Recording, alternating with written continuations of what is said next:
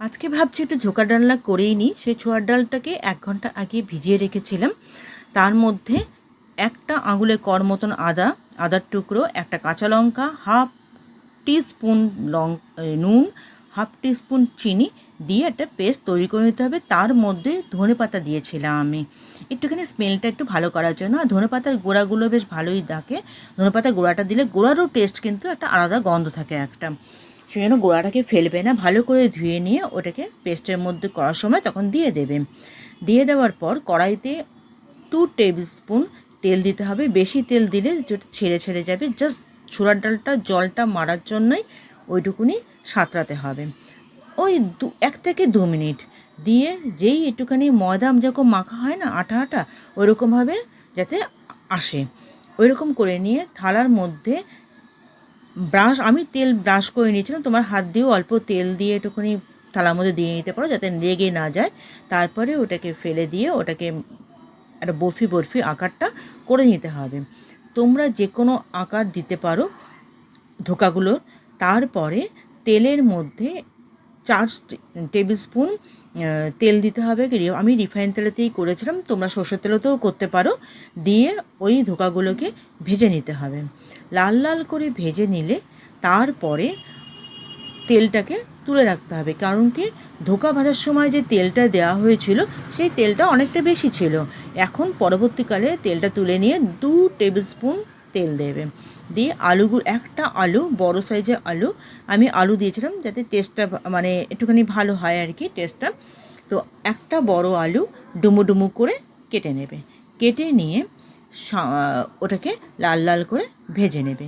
এর মধ্যে একটা পেস্ট তোমরা তৈরি করে রাখবে, যেটা আমি দেখাইনি এখানে, মুখে বলে দিচ্ছি। একটা আধখানা পেঁয়াজ ডুমো ডুমো করে কাটবে, একটু আদা, একটা কাঁচা লঙ্কা, 5টা কাজু বাদাম দিয়ে তেলের মধ্যে একটু সাঁতরিয়ে নেবে, নিয়ে একটা পেস্ট বানাবে।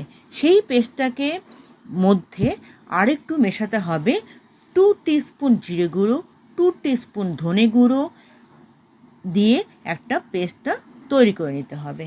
এইবার তেলের মধ্যে জিরে ফোড়ন দেবে অল্প একটুখানি, দিয়ে ওই পেস্টটাকে দিয়ে দিতে হবে তেলের মধ্যে দিয়ে একটুখানি কষতে হবে যতক্ষণ না তেলটা ছেড়ে যাচ্ছে।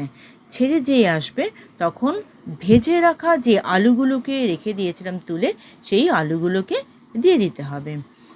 দিয়ে একটুখানি কষানোর পর তারপরে ওই জলটা দিতে হবে। মিক্সার গ্রাইন্ডারে যে বেটে রেখেছিলাম সেটা নষ্ট করবে কেন, সেটা দিয়ে সেই জলটা দিয়ে দিতে হবে। ঠিক আছে, ওর জল দিচ্ছ, আর একটু বেশি করে জল দেবে, কারণ কি আলুটাও সেদ্ধ করতে জল টানবে। তার মধ্যে একটু জলটা বেশি করেও রাখতে হবে, ধোকাতে কিন্তু জল টানে। ঠিক আছে, তারপরে যখন আলুগুলো একটুখানি সেদ্ধ হয়ে আসবে তারপরে ওই ধোকাগুলো দিয়ে দেবে। তারপরে নুন কিন্তু আগে ধোকার সময় বাটার সময় দেওয়া হয়েছিল, সেই অনুযায়ী তোমরা নুন পরবর্তীকালে দিচ্ছ। দেওয়ার পরে সামান্য একটু চিনি দিচ্ছ। দিয়ে যখন শুকনো শুকনো অবস্থায়, বেশি শুকনো করবে না, বললাম না ঝোল ঝোল রাখতে হবে কেন ধোকাতে জল টানে বলে, দিয়ে সামান্য একটু ঘি আর শাহি গরম মশলা দিয়ে ওটা নামিয়ে দিচ্ছ। ওকে, যদি বা ধোকার ডালনা সবাই করতে জানো, আমি করলাম বলেই তোমাদের সঙ্গে একটুখানি শেয়ার করলাম। আমি কীভাবে করেছি, কোন প্রসেসে করেছি, তোমরাও তো আলাদাভাবে করতে পারো নিশ্চয়ই। আমি আমার প্রসেসটা তোমাদের সঙ্গে শেয়ার